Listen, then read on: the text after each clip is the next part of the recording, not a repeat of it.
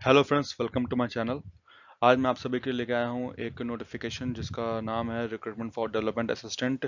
और ये notification release किया गया है national bank for agriculture and rural development NABARD के द्वारा। और इसी बैंक को पहले बोलते थे agriculture refinance and development corporation. इसका फॉर्मेशन हुआ था 12 जुलाई 1982 में। इसका हेडक्वार्टर है मुंबई, इंडिया में, और ये आती है ministry of finance, government of India के अंडर में। तो इस रिक्रूटमेंट को आप ध्यान से देखिए और इसमें अप्लाई करिए। तो ये रिक्रूटमेंट है development assistant and development assistant Hindi में। इसकी कुल वैकेंसी जो है इसमें 177 है। 173 जो है वो आपकी हैं डेवलपमेंट असिस्टेंट की, और 4 वैकेंसी हैं डेवलपमेंट असिस्टेंट हिंदी की। और इसमें एनी ग्रेजुएट कैन अप्लाई। और इसमें हम देखेंगे कि इसकी एप्लीकेशन डेट क्या है, फीस क्या है, वैकेंसी क्या है, एलिजिबिलिटी क्राइटेरिया क्या है, वैकेंसी डिटेल्स क्या है, एग्जाम पैटर्न क्या है। और जहां हम बात करते हैं कि salary is the most important thing for any job. तो सैलरी जो है वो है इसकी 35 to 40, और वी कैन से कि 40,000 के अराउंड में इसकी सैलरी है, जो कि एक अच्छी सैलरी है। और ये सैलरी भी अच्छी है, पर्क्स भी अच्छे होंगे, और ये एक गवर्नमेंट जॉब है, तो ये जॉब अच्छी तो होगी ही। ठीक है, तो चलिए स्टार्ट करते हैं इस वीडियो को। And before starting this video please go and subscribe my channel, ताकि मैं कभी भी कोई भी जॉब नोटिफिकेशन डालूं या फिर कोई भी इंटरेस्टिंग बात डालूं तो आपको नोटिफिकेशन मिल जाए। और उसके लिए आपको कुछ नहीं करना है, सिंपल सा आपको बेल आइकन दबाना है और आपको चैनल सब्सक्राइब कर लेना है। तो चलिए स्टार्ट करते हैं।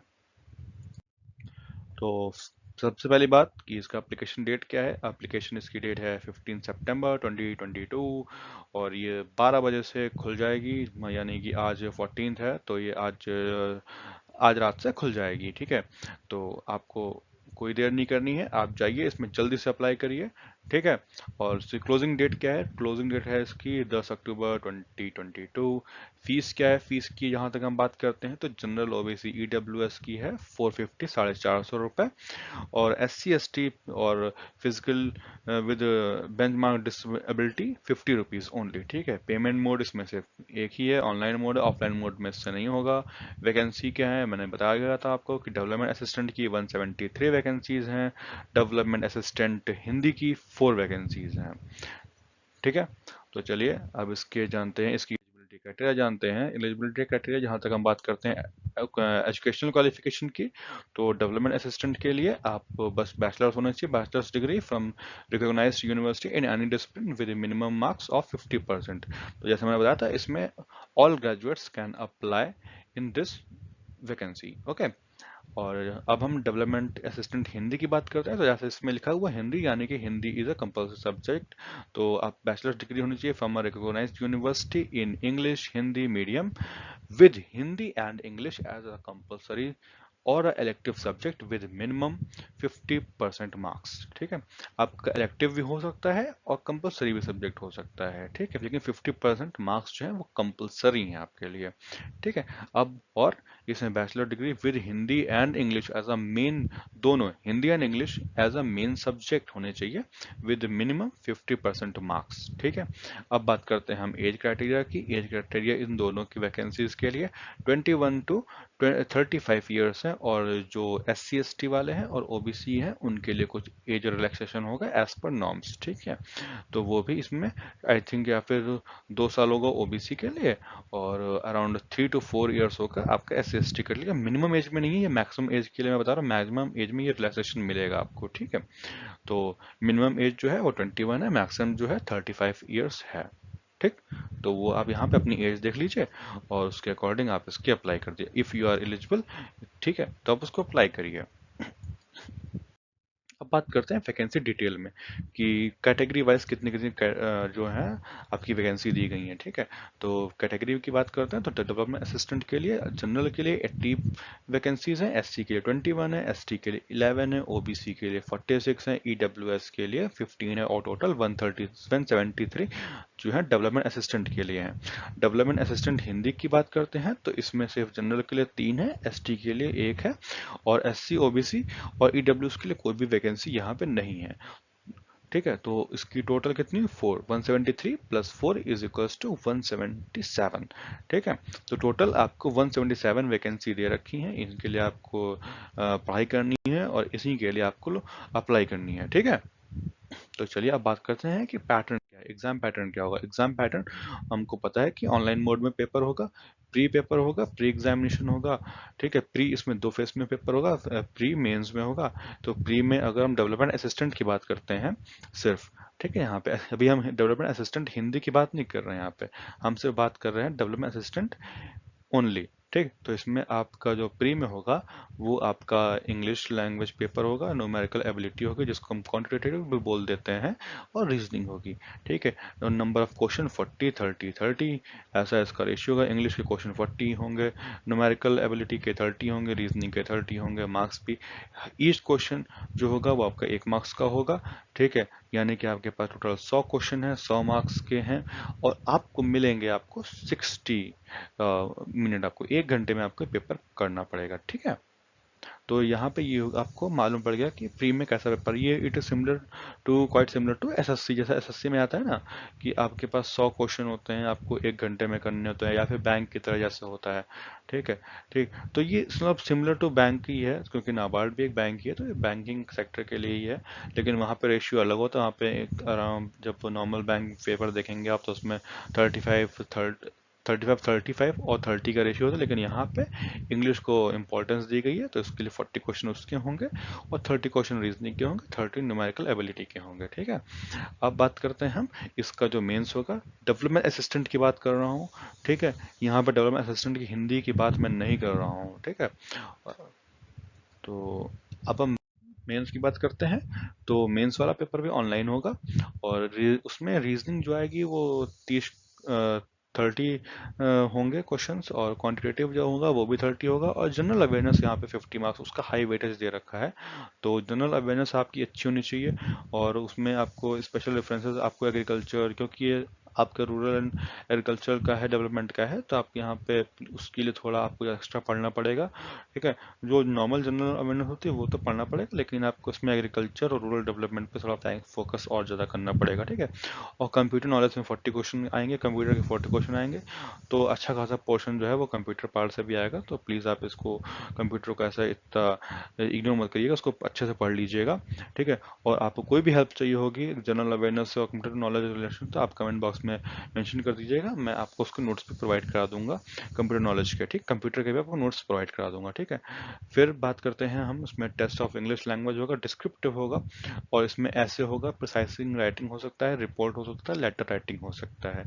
ठीक है, तो ऐसे तो इसमें मतलब अच्छा आता है, और प्रिसाइजिंग राइटिंग में भी अगर आपने तो इसके लिए आप क्या है ना कि जब भी ये एग्ज़ाम हो तो उसके लिए आप प्लीज़ इसको थोड़ा दिन पहले से आप प्रैक्टिस, जिस दिन से आपने एग्ज़ाम फॉर्म भर दिया तो एटलीस्ट आप दिन में एक बार तो एक कोई पैराग्राफ उठा लीजिए, उसको इंग्लिश पैराग्राफ उठाइए और उसको पढ़िए ज़रूर। ठीक है, क्योंकि जितना पढ़ेंगे ना, पढ़ने से क्या होता है कि आपका जो इंग्लिश जो पेपर आता है, ठीक है, समटाइम्स ऐसा होता है ना कि आप जो पढ़ते हैं कभी कभी वो चीज़ आप याद नहीं कर सकते। ऐसा होता है कि मैं याद करने के लिए बैठा हूँ, क्या मैं ये याद कर वो ऐसा ही होगा। अगर आप पढ़ेंगे ना तो एक फ्लो फ्लो में अपने आप याद हो जाता है। तो इससे क्या होता है, ये अगर आप रोज एक पेपर पढ़े, एक पेज पेपर इंग्लिश पेपर मान ली पढ़े, इंग्लिश कंटेंट पढ़ रहे हैं, पैराग्राफ पढ़ रहे हैं, तो उससे क्या होता है कि जो आपकी राइटिंग स्किल्स हैं वो भी अच्छी हो जाती हैं, आपकी अंडरस्टैंडिंग जो है इंग्लिश को समझने की वो भी अच्छी हो जाती है, और कई सारे वोकैब्स हमें मिल जाते हैं। ठीक है, जो कि हमारी जो स्किल्स हैं उनको बढ़ाते हैं। ठीक है, कभी कभी वही जो वोकैब्स होते हैं वो आपके रिटन एग्जाम में आ जाते हैं। ठीक है, किसका एंटोनिम्स क्या होगा, सिनोनिम्स क्या होगा, तो वो चीज़ें वहाँ से आ जाती हैं। ठीक, तो इसीलिए आप डेली एटलीस्ट एक पेज तो इंग्लिश का पढ़िए ही पढ़िए। ठीक, कोई भी पैराग्राफ उठा लिया, इंग्लिश मैगजीन उठा ली, न्यूज़पेपर उठा लिया, ठीक है, तो आप उसको पढ़िए जरूर। स्टार्टिंग में आपको टफ लगेगा, लेकिन आप उसको पढ़िए, ठीक। और तो ये जो आपको ये 50 मार्क्स का होगा। और जो कंप्यूटर नॉलेज थी वो, और जो बाकी जो ऊपर के चार थे, reasoning, quantitative aptitude, general awareness, computer knowledge, वो सिर्फ 1 1 मार्क्स के होंगे। और उन सब के लिए आपको मिलेगा 1.5 घंटा, 90 मिनट्स। और टेस्ट फॉर इंग्लिश लैंग्वेज के लिए आपको मिलेंगे 30 मिनट्स। तो टोटल आपको 2 घंटे मिलेंगे, 120 मिनट। और आपके पास मार्क्स होंगे 200 marks, total marks 200 marks mains के हो गए, ठीक। अब बात करते हैं हम डेवलपमेंट असिस्टेंट हिंदी की।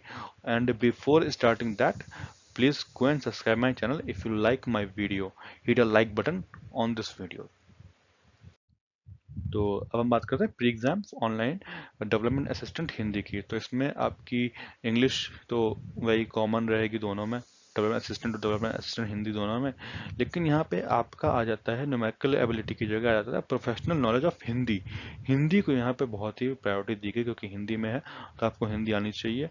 और ये 30 क्वेश्चंस में आएंगे, 30 आपके हिंदी के आएंगे, 30 रीजनिंग के आएंगे, ठीक है। तो इसके लिए आप यहाँ कब मिलेंगे 60 मिनट, ठीक। और क्वेश्चन होंगे 100 क्वेश्चन होंगे, 100 मार्क्स के लिए, ठीक। तो 1 घंटे में आपको 100 क्वेश्चन करने होंगे। अब बात करते हैं हम मेंस की बात करते हैं। तो मेंस में आपको रीजनिंग के 20 क्वेश्चंस मिलेंगे, प्रोफेशनल नॉलेज हिंदी के आपको मिलेंगे 50, जनरल अवेयरनेस के 40, और कंप्यूटर नॉलेज के 40। तो इसमें हम ये नहीं कह सकते कि किसी को कम वेटेज है, किसी को ज़्यादा है। यहाँ पे तीनों सब्जेक्ट आपके लिए इंपॉर्टेंट है। जैसे कि हिंदी की हम बात करें तो हिंदी में आपको यहाँ पे 50 क्वेश्चन मिल रहे थे, वहाँ आपको 30 क्वेश्चन मिल रहे थे। तो वेटेज जो है, मतलब हिंदी को थोड़ा ज़्यादा इंपॉर्टेंस दी गई है, ठीक है, क्योंकि हिंदी में ही है। हिंदी जिसको अच्छे से आती हो भाई इस फॉर्म को भरिएगा, ठीक है। और जनरल अवेयरनेस में 40 मार्क्स, कंप्यूटर के लिए 40।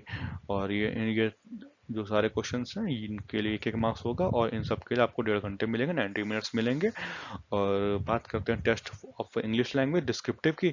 तो इसमें आपको ऐसे लिखना पड़ेगा, प्रोसेसिंग राइटिंग लिखनी पड़ेगी, रिपोर्ट लेटर राइटिंग लिखनी पड़ेगी। और ये है आपका 50 मार्क्स का क्वेश्चन है, जिसके लिए आपको मिलेंगे आधे घंटे। और टोटल मिला के हो गए आपके 200 नंबर हो गए। ऊपर के हो गए 150, और ये आपके हो गए 50, यानी कि हो गए 200 नंबर।